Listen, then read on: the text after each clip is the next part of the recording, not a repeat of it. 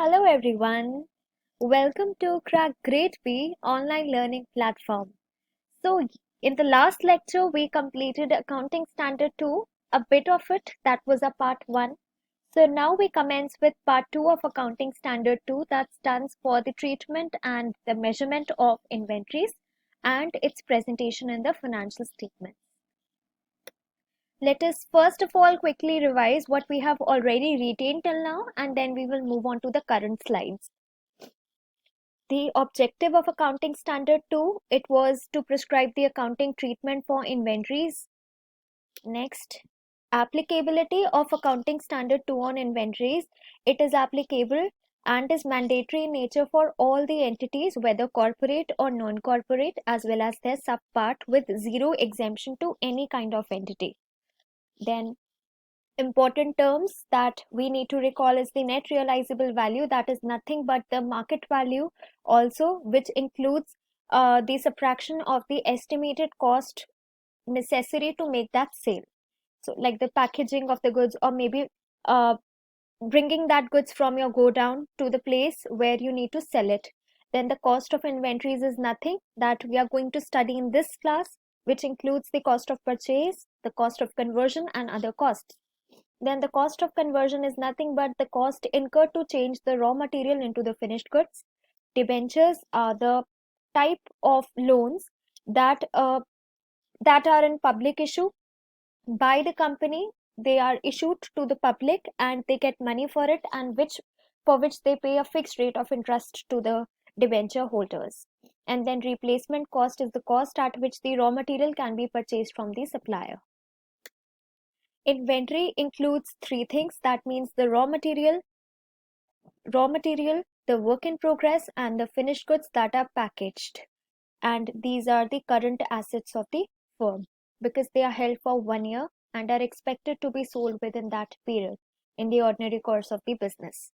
Then examples we saw for the finished goods of the industry of soap was the packaged goods in the stores that we find, that is the Lux soap. WIP, or the work in progress, is the unpacked goods that are kept in the go down of the soaps. And then we have the raw material, that is the chemicals used for the purpose of making the soaps. The scope of Accounting Standard 2 covers all type of inventories except for, that means, the work in progress in the construction business. I took the example of DLF in the other class. It is covered under construction contracts, which has a separate accounting standard, that is 7. Then the work in progress of service business, because services are intangible in nature and they cannot be measured, so they are not covered under inventories. Then the shares, debentures, and other financial instruments held as stock in trade by the broker, they are also covered under separate AS, that is Accounting Standard 13. And inventories that are natural in nature, like the livestock, agriculture, and the forest products, these are also not covered under any kind of accounting standard. They are also not covered under Accounting Standard 2. Then the valuation of inventories, we saw that we look at the valuation of finished goods and WIP only, which we have to measure them at cost or net realizable value, whichever is lower. When we talk of raw material, there is a separate slide for that. So the lower of cost or net realizable value is seen on item by item basis and not on aggregate. So if we have A, B, C, D types of items in the business, we have to measure them accordingly, item by item basis, and not in aggregate. So then we saw that we have studied till cost or NRV, whichever is lower. Cost has three different types of methods. The first one being the standard cost method, which I have not allocated any slide to standard cost method or retail cost method, because the only thing with them is standard cost is already given in the question and retail cost is nothing but selling price minus the GP. That means whatever our sale price is, if we subtract our profit from it, we get our cost. So my all the slides are allocated to this actual cost method and the types of different methods through which we value the inventories. So the cost of inventory components. In the first slide only, when I talked about the important terms, I told you that there are components of the cost of inventory. The first one being the purchase cost. Then we have the cost of conversion, and then we have the other cost. So purchase cost is nothing but the purchase price of the raw materials and the non-recoverable taxes. Then cost of conversion is raw material into finished goods. Whatever expenses are being incurred to convert the raw material into the finished goods is known as my cost of conversion, which includes the labor, the production overheads, which are fixed and variable overheads. And other cost, the cost of bringing the inventory at particular locations, say freight charges, the loading or unloading, the transportation charges, and its installation charges, whatever they may be. Here it is. While determining the purchase cost, the first component we are studying in detail is the purchase cost. So while determining the purchase cost, the following should be considered. Purchase cost of inventory includes the duties and taxes, except those which are subsequently recoverable from the taxing authority. Okay, so let us say you have a business of manufacturing and selling soaps. So the things that you need while preparing your soaps is the chemicals. And when you purchases from your dealer, the purchase cost of that raw material or that chemical is definitely my purchase cost, which includes the duties and taxes. Say if I pay a certain amount of GST on it, 5% GST on the chemicals purchased, which is not recoverable from the taxing authorities. That means if I will not get any credit, the input credit from ITC that we know, that we call, if I do not get that, we call that expense or that tax as non-recoverable from the taxing authorities. And that tax is then added to my purchase cost if it is not recoverable from the taxing authorities. Then I have the freight inwards. The material, say I have to go to my dealer and I incur traveling expenses to carry the raw materials way back from the dealer's place to my go down to where the actual processing of the goods will be done. So that will be termed as my freight inwards. Then other expenditure which is directly attributable to the purchase, and trade discounts, rebates, वगैरह, these are deducted while determining.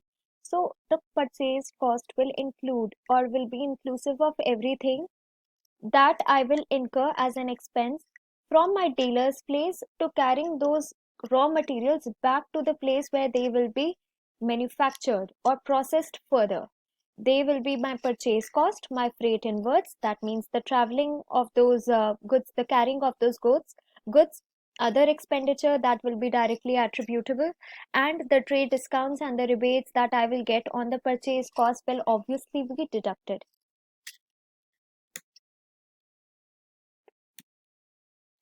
Then the cost of conversion. So one important conclusion, first let us talk about that. जो भी हमारे खर्चे होंगे godown तक आने तक, that means raw material को डीलर के प्लेस से गोडाउन तक लाने तक जो भी खर्चे होंगे, that are the part of our purchase cost. And then later on the cost of conversion is done in the godowns where the actual manufacturing is done. So godown में जो भी हमारे खर्चे होंगे वो हमारे cost of conversion का part होता है. गोडाउन तक आने तक जितने भी खर्चे होते हैं, they are a part of the purchase cost. So the cost of conversion includes all cost incurred during the production process to complete the raw material into the finished goods. Cost of conversion also includes the systematic allocation of fixed and variable overheads incurred by the enterprise during the production process. So this concept is heavier than other concept because it has various components involved in it.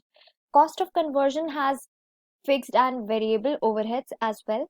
So following are the categories. पहली हमारी direct cost होती है. All the cost directly related to the unit of production such as direct labor. तो cost of conversion में अगर हमें processing करनी है of the goods, we need labor for doing that. So the direct labor is the direct cost that is allocated to the product that we are manufacturing. And then we have the fixed overhead cost. So fixed overhead costs are those indirect costs which are incurred by the enterprise irrespective of the production volume. These are the costs that remain relatively constant regardless of the volume of production, such as depreciation, the building maintenance cost, administration cost, etc. So the fixed overhead cost, they are incurred irrespective of the production volume. Say there are 50 lights in the go down or where the manufacturing is done, and if I produce 5 units of my finished good or my inventory, or I produce 10 units of my inventory, or I produce 50 units, all the lights will be needed. That means that I will utilize whole 50 lights to operate when I will be producing those goods. So it that is a expense, that is an expense that is regardless of the production volume. Then we have the building maintenance cost. If the building in which we are producing, if we produce 5 units, 10 units, 50 units, 1000 units, the same amount of building maintenance cost will be incurred. Also the administration cost, that means the office expenditure, say the staff welfare expenditure, the labor there will be same for administrating the process of manufacturing. But if you produce 5 units or say 50 units, regardless of what units you produce, the administration cost will remain constant. It will be the same amount. Same way depreciation, which is applied on the plant, property, and equipment. So that also will be same. If you are, using a machine to produce 5 units or say 10 units or 50 units, same amount of depreciation will occur. It is not that if you are producing more depreciation will occur to that product. Also, the allocation of fixed production overhead is based on the normal capacity of production facilities. In case of low production or idle plant allocation, these fixed overheads are not increased consequently. So even if you are not producing anything or there is idle plant allocation, that means even if you are producing 0 units, then also the fixed overhead cost remains same. It will not increase or it will not decrease constantly. Okay. If in the go down you are not producing anything, electricity will still be used. It will maybe a low electricity, matlab a lower unit of electricity can be used, but yes, it will be there even if zero production is used. Then variable overhead cost is such cost that vary directly with the volume of production. These are those indirect cost. Both are indirect cost. The first bifurcation was the direct cost, and these are the parts, the fixed overhead cost and the variable overhead cost. These are my indirect cost that are indirectly attributable to the units of production. So when I talk about the variable overhead cost directly with the volume of production, तो जितनी मेरी units produce होंगी उतनी ही मेरी variable overhead cost पे इनकर होगी. So these are the costs that will be incurred based on actual production, such as packing materials and indirect labor. अब अगर मैं 5 यूनिट्स बनाती हूँ तो जो मेरा पैकिंग मटेरियल यूज होता है वो, in the case of soaps, अगर मैं 10 यूनिट्स ऑफ सोप बना रही हूँ तो I will use 10 type of packages to put the soaps and package them correctly. अगर मैं 50 units बना रही हूँ then I will use 50 packages. That way, and there may be labor, that is the indirect labor for labeling those products. ठीक है, जो बना नहीं रहे होंगे, उन गुड्स को प्रोड्यूस नहीं कर रहे होंगे, बट वो लेबलिंग कर रहे होंगे उन पे. तो जितनी मेरी प्रोडक्शन होगी उसी के accordingly my indirect labour and my packing materials will be used. So this is my variable that will vary directly with the volume of production, and the fixed will be irrespective of the units you produce, it will be incurred. Next, I have other cost, the last cost, that is if the customer demands for any customization or personalization of goods. So here you can see in this picture, you approve, we print. If you have a business of printing t-shirts and you are using various logos of the businesses, so if a person comes to you that we want you to print this logo on our t-shirts, that is a customized request. So this is the other cost that the businessman may incur while fulfilling the needs of the customer. That means all other costs which are incurred in bringing the inventories to current location and condition. For example, the design cost which is incurred for the specific customer order.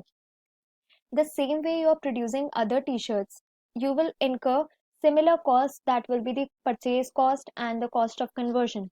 But there may be additional cost that may be incurred on the special request of the customer because of the customized and the personalized order that you have to incur.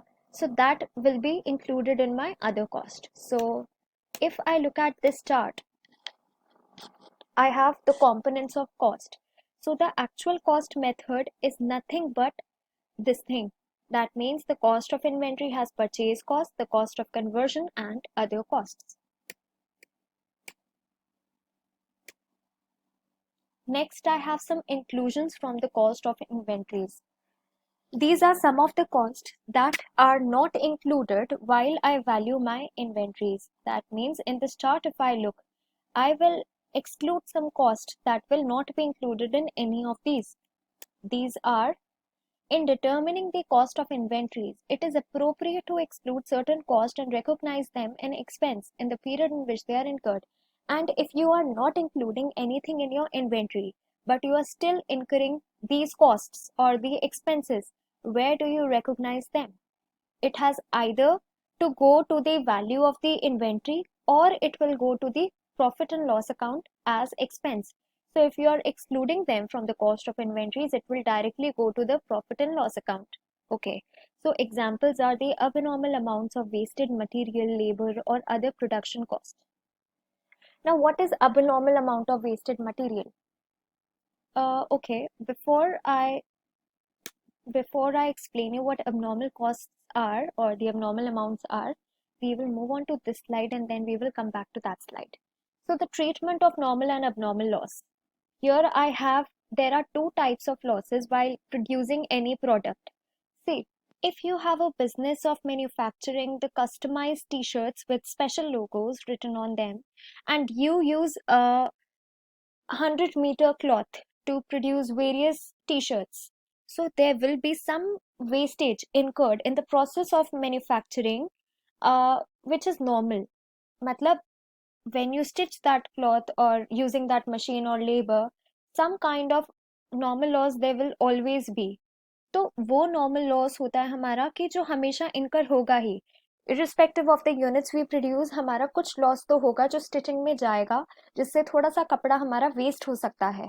So that is a normal loss that we will incur while manufacturing. And abnormal losses हमारा कुछ extra खर्चा हो गया that could have been avoided, but that happened and that is very irregular in nature, that will not occur every day, but in some times, say fire, if there is a case of fire in the go down in which you have kept all that material with which you will manufacture that cloth, manufacture your t-shirts, at that time what will happen? All your cloth has been destroyed. So that is an abnormal kind of loss that may not occur every day, but which has destroyed, which has resulted in loss. So the loss that is normal in nature, that is the loss which is apportioned over remaining number of units. That means that this loss is added while measuring the inventory. And abnormal loss, it is not included in the inventory, it is treated as expense. So here the first exception when we see it, abnormal amounts of wasted material, labor, or other production costs, these are always excluded from the cost of inventory, are added to the profit and loss account as expense. Then the storage cost, unless these are necessary in production process prior to further production stage.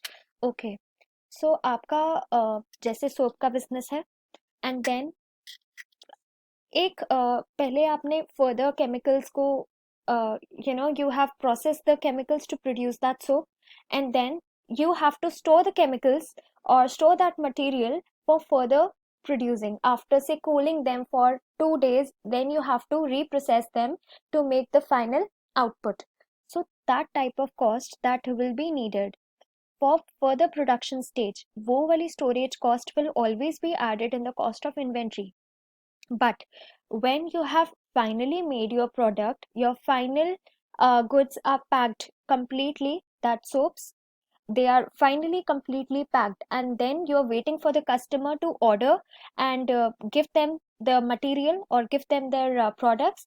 उस time पे जब आप storage कर रहे हैं, that is excluded from the cost of inventory, because in the scope of inventory, every cost that is incurred to bringing them into the final position, till then the costs are included in this inventory.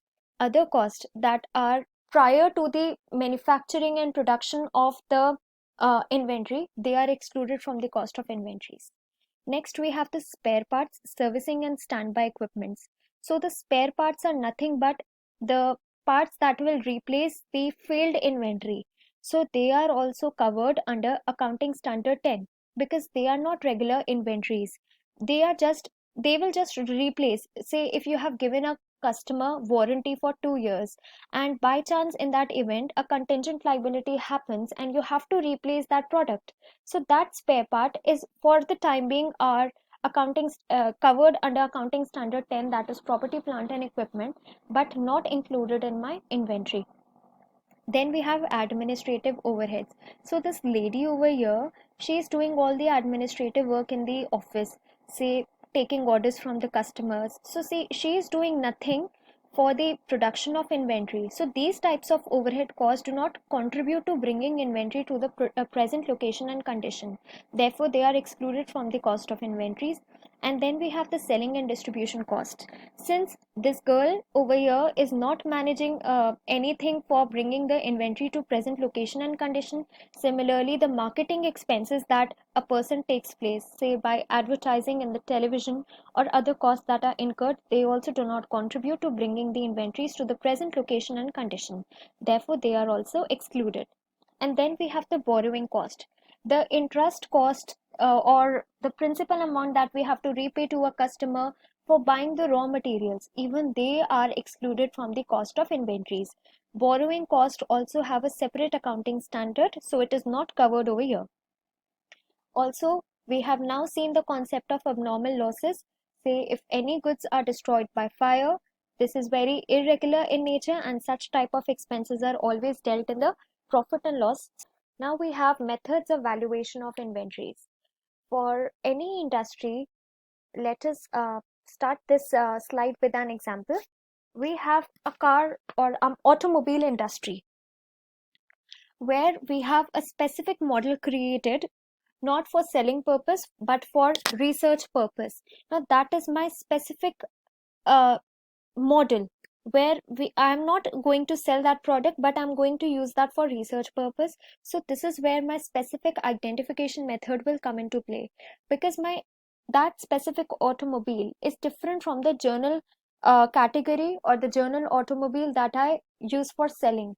So in order to apply the specific identification method, it is necessary that each item sold and each item in closing inventory are easily identifiable. That means my other inventory in my closing stock should be identifiable differently and very easily with the other item. And such a method is applicable only in cases where it is possible to physically differentiate the various purchases made by the business or manufactured by the business. So, thus, items sold at a specific cost during the accounting period can be included in the cost of goods sold, and the cost of particular items left or in hand can be included in the closing inventory. Companies manufacturing or handling expensive, easily distinguishable items can successfully use this valuation method. So if there is a special kind of automobile or a furniture or a jewelry for auction purposes, which is specifically identifiable, that can be that is where this method can be used appropriately. So the next we have is the first in, first out and the weighted average cost method.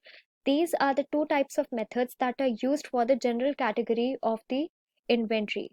The first in, first out method says that the first in, it assumes that the goods are consumed in the sequence in which they are purchased.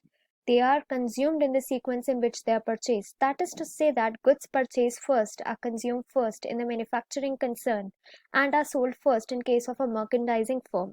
Consequently, under this method, goods purchased recently form a part of ending inventory. It says that let us look at a medical store. वहाँ पे there are many medicines that are issued with the expiry date.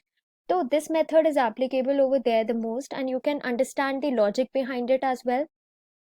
This method says that कि हमारी inventory में it is always assumed that जो items पहले manufacture हुई थी, they are the ones that are used first and then the latest inventory is used on later. तो इससे क्या होता है कि अगर हमारे customer ने it is demanding 10 units of inventory and we have 50 units. तो पहले हमारी items जो हम उनको बेचेंगे, that will be the 10 items from our old inventory, and then we will be left with 40 units of the new inventory. तो ये इसमें क्या होगा कि जो हमारी क्लोजिंग, अब अगर मान लीजिए हमको सिर्फ एक वही ऑर्डर था 10 यूनिट्स का, and now we are left with 40 units जो हमारा क्लोजिंग स्टॉक बनाते हैं, that means that is the inventory that hasn't been sold. तो कॉन्सिक्वेंटली अंडर दिस मेथड क्या होगा कि कुछ जो परचेज करे थे हमने रिसेंटली, या कुछ जो हमने रिसेंटली मैन्युफैक्चर किए थे, वो ही हमारी क्लोजिंग इन्वेंट्री या एंडिंग इन्वेंट्री का पार्ट बनेंगे, क्योंकि जो हमने पहले मैन्युफैक्चर किया था that has been sold according to the first in first out method. That means the first to move in to our inventory, or the first that was manufactured by us will be the first to move out of the inventory. So this is the logic behind this method. That's why इससे क्या होगा कि जो भी हमारे perishable goods होते हैं, like fruits होते हैं या कुछ भी होते हैं, तो एक जो फ्रूट वेंडर होता है वो भी ये कोशिश करता है कि पुराने गुड्स हमारे सबसे पहले बिक जाएं. उससे क्या होगा, वरना नए वाले गुड्स तो बिक जाएंगे लेकिन पुराने वाले खराब हो जाएंगे. तो that is the method, this is the logic behind this method कि हमारे पुराने गुड्स की एक्सपायरी होती है कुछ, वो मेंटेन रहे, खराब ना हो, क्योंकि न्यूअर गुड्स तो हमारे और आगे तक चल पाएंगे. पुराने गुड्स की हमारी एक्सपायरी खत्म ना हो और हमको कॉस्ट उसकी बियर ना करनी पड़े. That's why this method is used. Then we have the weighted average cost method. Under this method, the average cost of each item available for sale is computed. तो यहाँ क्या हो रहा है, हमारी जो भी average cost आएगी each item की, वो हम उसको compute करेंगे. Such a cost is calculated by taking the weighted average of similar items available at the beginning of year and the cost of similar items purchased or manufactured during the year. तो इसमें दो components हैं. First is we take the weighted average of similar items at the beginning of year. That means our closing inventory, that will be the opening inventory for the next year.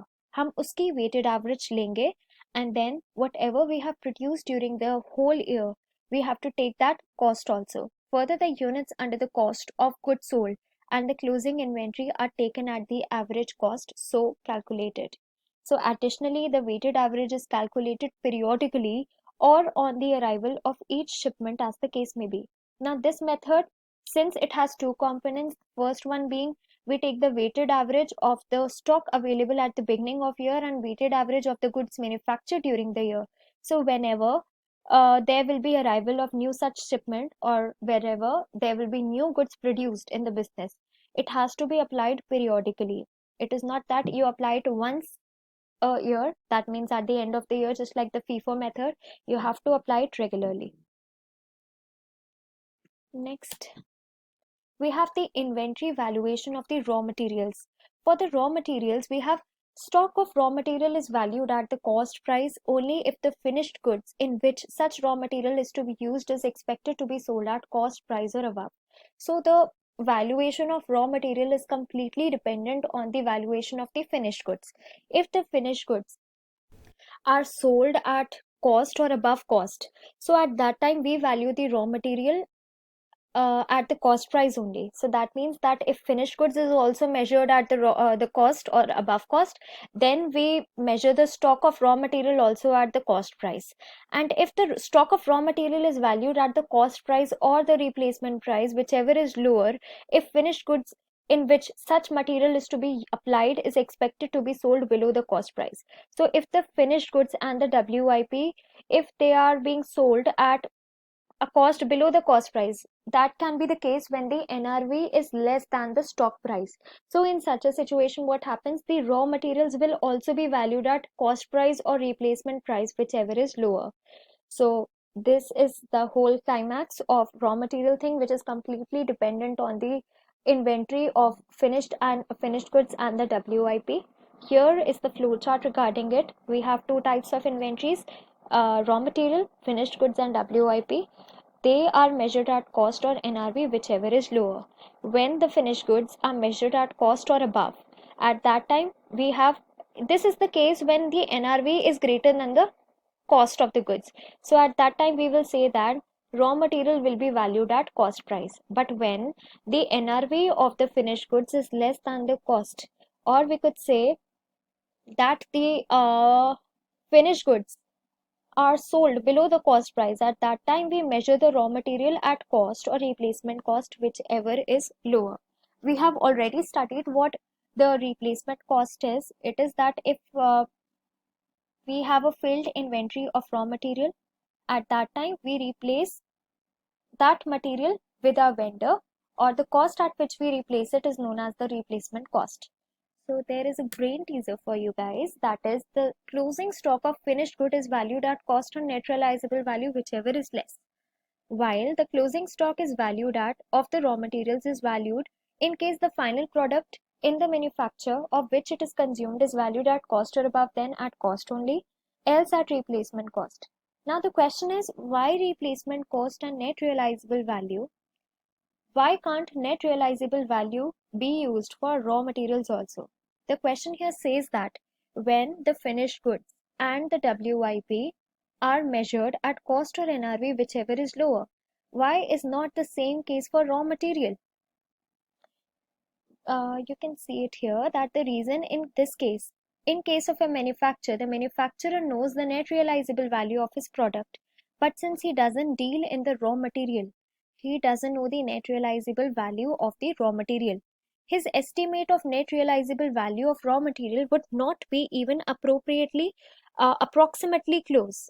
So he values the raw material at replacement cost, that is the cost at which the raw materials can be purchased from the supplier. So in case of the soaps that we need to manufacture, if I have to say for the chemicals that were the raw materials in that case, how can I measure them at the net realizable value? Because I am the manufacturer and I wouldn't know at what price they are sold in the market. I cannot even go to another supplier for purchasing it, because obviously my supplier would have added their profit on it, and if I were to go to another supplier for selling that same material, he would not give me the same price for it. So I can only know the replacement cost of the raw material, and for that reason it is said that raw material is valued at cost or replacement cost, whichever is lower. So that's it, I guess. And then we have the disclosure in financial statements.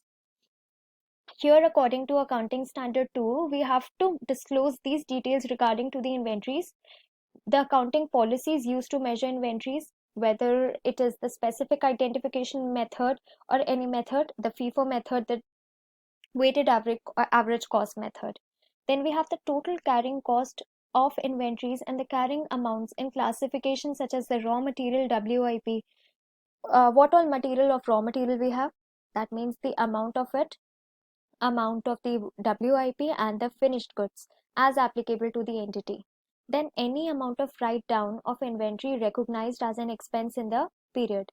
That means if any inventory is completely broken, that means we produce that product but now it is broken or that is destroyed, then we measure it as an expense in the profit and loss statement, and at that time we need to write that amount down. Then we have the carrying amount of inventory pledged as any security for liabilities. If we have to take a loan from bank and we pledge the security as security, we pledge our inventories. So that amount also we have to measure and write in the financial statements. So that's it for accounting standard 2. Guys, do revise the lesson, and if you have any doubts, you can mention them in the comments below. And these are the courses available with www.cracktradeb.com, and these are the star performers of our academy. Thank you and happy learning.